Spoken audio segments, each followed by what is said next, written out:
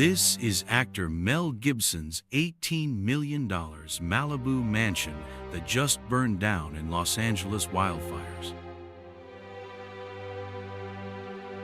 The Sprawling property, built in 1996, was purchased by the Oscar winner in 2008 for a cool $11 million and boasted 5 bedrooms, as well as a majestic old-world feel, including a castle-style turret.